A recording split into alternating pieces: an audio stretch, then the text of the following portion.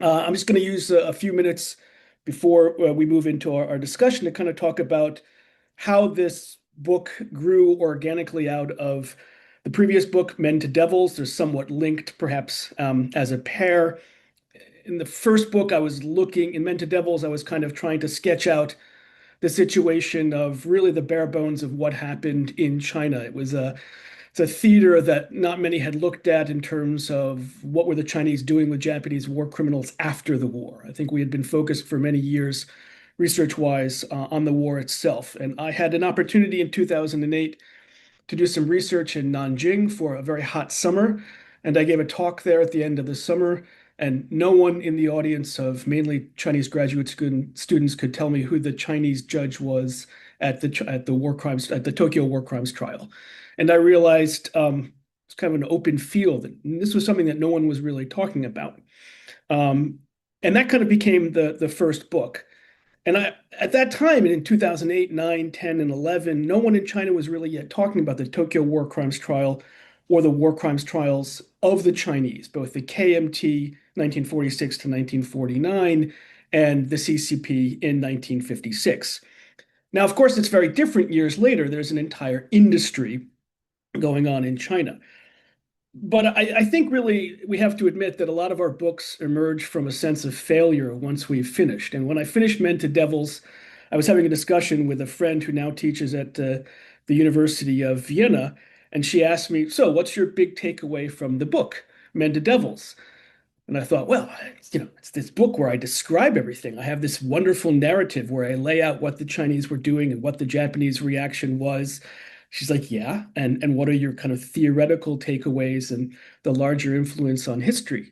And I had nothing to give her. I was completely lost. And I realized I was so intent on kind of trying to dig out the nuts and bolts and the intricacies and the archives as they were beginning to shut down more strongly in China, and I had to go to Taiwan and this and that, and I had to get books that I hadn't really given much thought to theoretical concepts of justice, or perhaps what were some of the takeaways from the first book. And so that kind of became part of the genesis of why I felt I had to write this next one. And then in 2019, I was invited to try out to be a host for a Chinese documentary. It was the first set of documentaries I was doing in China. And doing the interviews going all around China was a real chance to see how history was kind of formed in some ways by media questions and media structure in China. And the Chinese team also wrote a book about their experiences, and they sent me a copy. And so Geography of Injustice became sort of my response to that book and that experience. And a lot of the interviews that I did for that set of TV documentary episodes became the spine of kind of interviews I laced throughout the book as well.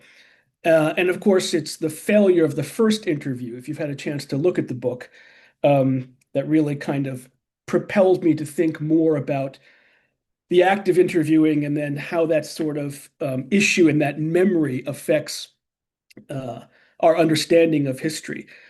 It's an interview I will never be able to really talk about because it was such a kind of a harrowing experience. But I also had to change a bit how I wrote about it, because actually on camera, when I'm giving the interview that I write about in the introduction of the book, I end up crying. And it's not really an effective interviewer, someone who kind of ends up crying next to the interviewee. So I had to tone that down in the book a bit, I felt, because otherwise I was going to become the focus of the pathos, and it was something that really the focus should be on Mr. Lee, who I was interviewing. And then after, I managed to get a fellowship in Uppsala, Sweden, at the Swedish Collegium for Advanced Study, 2019, 2020, kind of in the midst of the pandemic. It's one of these really cushy places like the Institute for Advanced Study at Princeton, where you get to sit around and have chats with interesting people, and you have one daily obligation, which is to eat lunch with interesting people. So trying to stay slim and not eat all the excellent food and all the delicious Swedish pastries. I also managed to start reading more in depth on legal theory, which I must say, most of which still escapes me. But I came across a fantastic Finnish scholar who pushed me onto the idea of thinking about the role that war crimes trials play as theater and not just as a set of legal tools.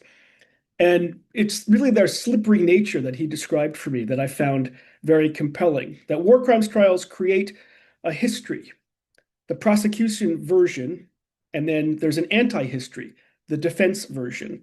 So the prosecution is attempting to interpret law to gain a conviction, and defendants are thinking of posterity and their personal construction of history. And it's this competition between prosecutor and defense that sets up a power play. It sets up a power play at the time of the trial, but I also think it mirrors what I was talking about towards the end of Men to Devils and then trying to explain a bit more deeply in Geography of Injustice, that we're not just talking about justice writ large, this beautiful kind of utopian sense. We're talking about a competition of the narrative of justice between public memory and the history written in the war crimes trials, but also then the public memory in Japan and the public memory in China. And then, of course, as I'll mention in a moment, larger public memory in other areas of the former Japanese Empire. And then step four in kind of helping the genesis of the book along was that I lay everything out in my lovely apartment in very quiet Uppsala, Sweden, and I was trying to map out. I like to kind of use a large floor and put chapter pieces and archives and articles all around, trying to get a visual lay of the land of what was going on. Because initially, the book was titled The Construction of Justice. And I found in trying to lay it out that I wasn't finding long kind of soliloquies and explanations and debates about justice. What I was finding on both sides was dissatisfaction, was a continued sense of injustice, both on the Chinese side and also on the Japanese side. And then the manuscript was just obese by 2022. I mean, it was 180,000 pages. I'm not well known enough to get a publisher to give me the right to kind of publish a book that thick. So it took another set of kind of a year or two to kind of winnow it down to an agreeable length.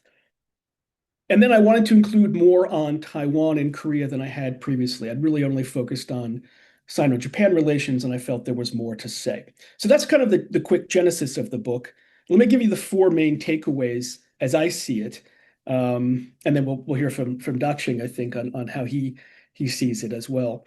I think I try to show from the very beginning that there's competition between China and Japan on many levels and in many different groups for control of the narrative about the war crimes trials. And this is both the Tokyo war crimes trial, but also the lesser BC ones all around East Asia and Southeast Asia.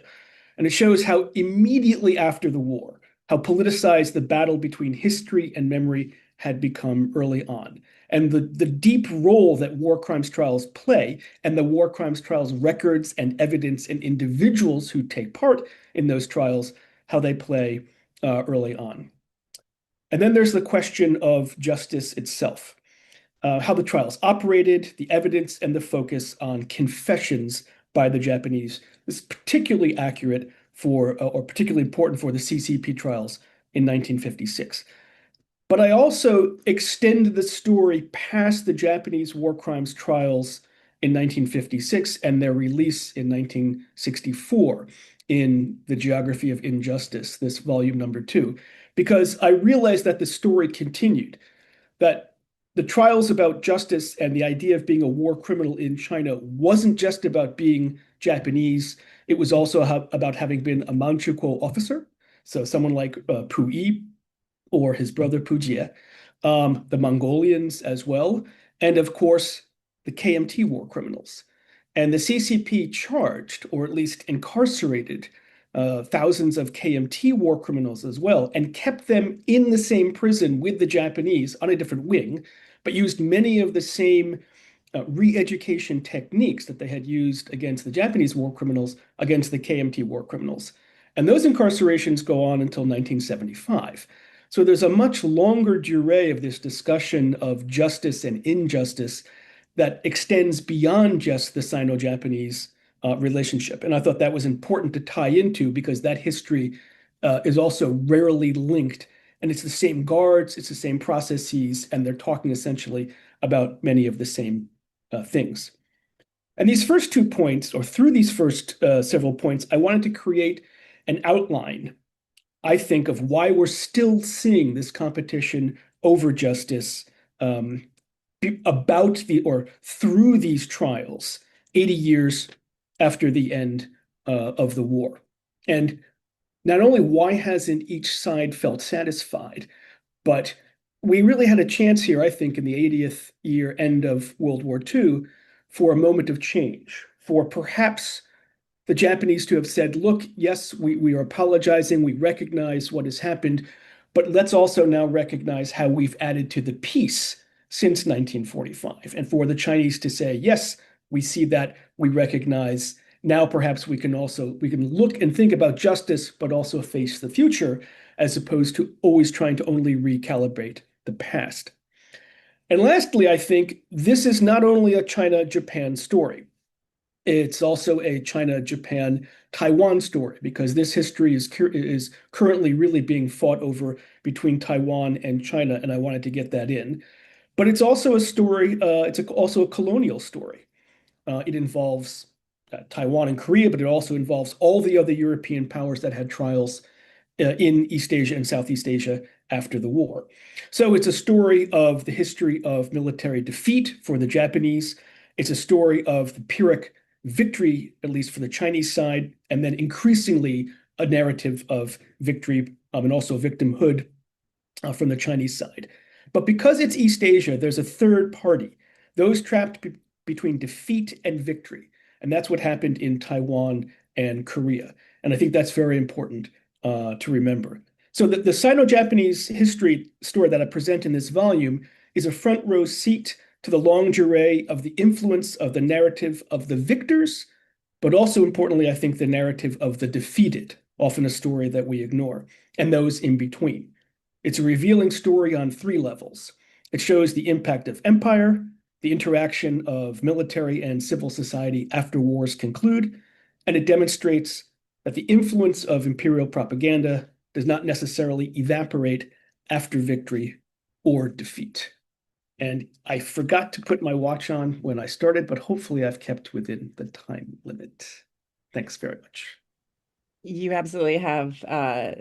Thank you so much, Barak. Now, comments from Daqing. Can you hear me?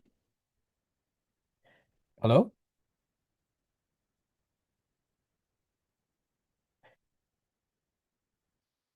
Well, first of all, I want to thank Emer for inviting me. And this is such a great pleasure to serve as discussant and interlocutor for Barak's book. Um, I echo Emer that this is a wonderful book. It's really enjoyable, not only because, as we know, Barak has such a talent to discover amazing range of sources. He also is particularly good at recovering fascinating human stories from very obscure sources and connecting them to his argument. Um, the book has a lot to teach me, even though I thought I know this period of history quite well. Um, so the example where he talked about this anchors of history really shows how he goes back to the early stage of Chinese-Japanese rivalry in the imperial period from the first Sino-Japanese War. And this is something that he skillfully connects to 1945 when China emerged on the winning side and then connects it all the way to the present day memory culture in the People's Republic. So I think that's just one of the many examples how he used such vivid stories. In some ways, I think this book is not a typical history book. Of course, there's this very wide angle history that Barak had just mentioned. I think it's interesting, made more interesting because of the interviews and what I call almost an ethnographic approach where he does not um, suspend his historian's critical judgment, even when confronted with a very emotional testimony from a victim. He does not shy away from the question of truthfulness of the testimony. And also, this is a book that has many of his reflection on such subjects like justice, which is a theme that is almost universal. Even though this is a forum for new books on Japan, it is as much on Japan as it is on China. For disclosure, I just wrote a book review for China Quarterly. Um, but I think its contribution to Japanese history is also very obvious. Uh, for me, what is it's really fascinating to read how he documented the process that a defeated nation like Japan not only tried to have its own trial and to study the so-called war responsibility, especially for losing the war. I think this really echoes what the current outgoing Japanese Prime Minister Ishiba's attempt at one point to create a scholarly committee to study the war responsibility. But it's equally fascinating that after Japan regained independence, the Japanese government created what Barak called the national volte-face concerning Japan's war criminal responsibility by declaring those prisoners to be no longer defined as criminals, and those who have been executed to be considered having died in public service. So here, of course, it begs the question how Japan was able to not only execute such a national volte-face, but even in the international uh, relations, that this could continue to be the case. Was it the Cold War? Was it other allied countries no longer as concerned of this seemingly domestic change of terminology? As the title of the book suggests, I think Barak really help us to turn our eyes to injustice. And this is not just the injustice on the part of Asian victims of Japan's war and war crimes. As Barak reminded us that the fact that some, for example, the Chinese victim had to wait till 1990s to uh, even have the opportunity to seek justice was not entirely the fault of Japan's reluctance to apologize, but had more to do with what happened in China. By turning to injustice, also, I think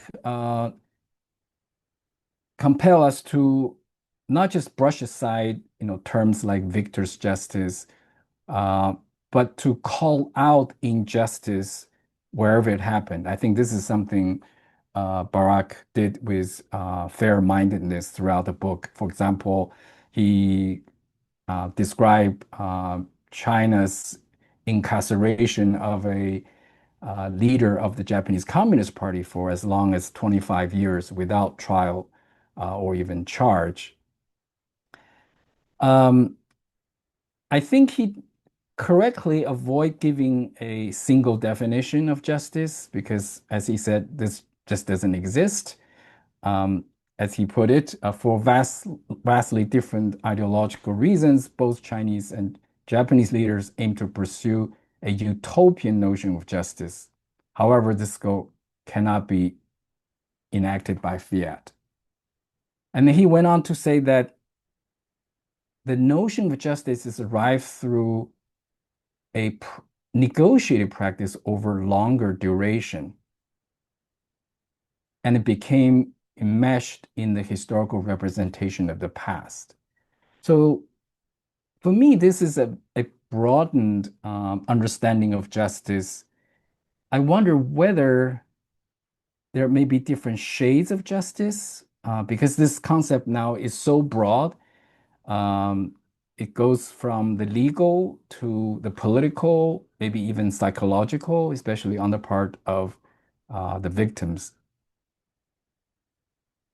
And finally, the point I'd like to draw attention to is, as Barak correctly points out, the legacy of war cannot be brought to an end by trials. And as he indicated just now, this geography of injustice broadened from his previous book that were more or less dealing with Chinese trials. And I think he also correctly stayed away from this conventional diplomatic history of Chinese-Japanese relations. But still, for me, if we understand the issue of understanding of justice or injustice and go beyond the trials, the issue of war reparation might merit more attention. And I look at the index, and this term appeared exactly twice. The first time was the reparation after the first Sino-Japanese War paid by China. I mention this because I think Barak mentioned nowadays he was even at the trials lawsuits brought by Chinese victims, and this is motivated by the Chinese or justified by Chinese victims that after PRC and Japan normalized relations in 1971, there was no reparation. Of course, this goes back to the 1951 Japan's treaty with the Republic of China. So I wonder if the discussion of justice can go or at least connect between the trial, the justice brought by the trials, as well as the justice, in this case, measured by war reparations. As Barak mentioned, he has to cut down his book. So I understand perhaps he already had this in mind, but it did not make it into the final book. So I want to congratulate him for writing this great book. I would just have a very uh, minor question to end my comment. I know your book has been translated into Chinese, so I'm just curious whether there will be a Japanese translation of this book. And by the way, was there a Japanese translation of your last book? I think with this, I'll end my comment. Again, congratulations. Thanks. Emer, should I Oh, respond so or go should ahead. Please feel free to oh, take as much time to respond, and then we'll. Yeah. thanks, Daqing. I'll respond quickly, but then I also have a kind of a question back as well as we move into discussion. Yeah, I think you're exactly accurate in pointing out the lack of attention to the reparations issue. There are a couple reasons for that. One is that Yukiko Koga at Yale had a really good first book and is kind of coming out with her second big book precisely on this topic. And I kind of felt after reading her manuscript that I would be rehashing most of what she's about to publish. Although I mean, I think I could have woven in that discussion more. I think the discussion of reparations, though, for me, touches, as you mentioned, much more on the kind of post-1990 side of the feelings of injustice. And it doesn't really come out in social discussions that I see on either side until the 1990s, until there's a much more allowable voice in China for this dissatisfaction. So that's one reason. It's not something that kind of starts out at the immediate post 1945 era that I started looking at. And you very interestingly ask, is there a Japanese translation in process? No, not at all. Men to Devils, there was going to be a translation. Unfortunately, Aoya Sensei at Nikkyo, who was one of my advisors as a graduate student, passed away at an untimely moment, and that project that never got off the ground. So there's much more interest in Taiwan. There is a mainland two Chinese versions of Men to Devils, neither of which have made it through the censorship portals. So, but at this point in Japan, people are much more interested in ramen history and my commentary on ramen and Japan than they are on war crimes trials. But if I can kind of ask a question in response, because in preparation for this, I was reading through your recent um, chapter in the uh, what's the volume here? Of course, now it's the construction of victimhood in contemporary China in the edited volume that you did, Authenticity and Victimhood.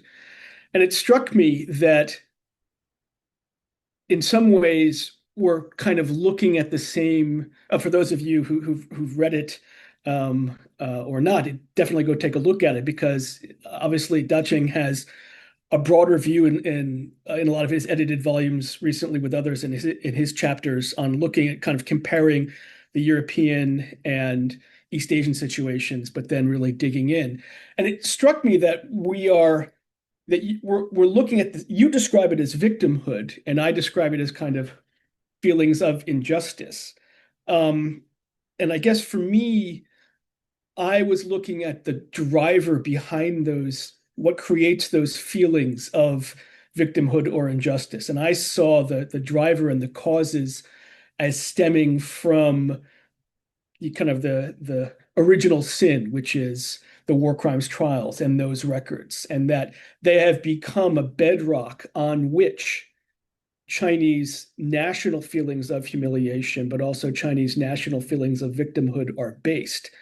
And that is very satisfying for many and very convincing because it gives citizens a legal basis on which they can erect their kind of forever feelings of victimhood. And they don't have to change, and they don't have to necessarily look at the future, as I mentioned, because it's been inscribed in law. And I found this a lot in the interviews that people would say, well, it's in the trial verdict, it's in the trial conclusion, it's in the trial, it's evidence. And it's this ironclad evidence, that the phrase used in Chinese. And I said, but yeah, but sometimes trials are wrong, and sometimes we have to look at the mistakes. And I'm seeing that that's not a barrier, that's not an issue that people seem willing to broach. And I'm wondering kind of how you see that in your own discussions of this victimhood. Well, thank you, Barak, for directing a question back to me. This is your book event, but I will just make a brief response. Yeah, that volume evolved around the theme of victimhood, in contrast to heroic status. So the premise is that the world sort of historiography entering the age of memory seemed to elevate victimhood, whereas in the past, countries, people, groups want to be identified with heroes. And I saw that in China. As the beginning of my chapter, I mentioned that there are two main historical monuments that are, most popular in China now. The first one was created right after the founding of PRC. That's the monument to the people's heroes in the Tiananmen Square. The second one, which was built much later, as you put it, near the 1990s, was the Nanjing Massacre Memorial, which, I think that kind of juxtaposed these two. Now, to the trials, I think for the Chinese, as you correctly mentioned, that this ironclad evidence, and they associate the trials as something unshakable, the verdict. Whereas in your book, I think um, you brought up the problem with the trial with a great deal of sensitivity. And that's something in China would be often equated with right-wing revisionism in Japan. So I think to somehow bring this competitive narratives into an equilibrium would be extremely difficult. And I'm sure you have a much better experience having visited both sides recently. But I think you point to a very important question of the verdict being used as blunt tools by both sides, China, Japan, and that fed into the political frictions. So, in other words, you really identified one of the key sources of the problem. Thank you.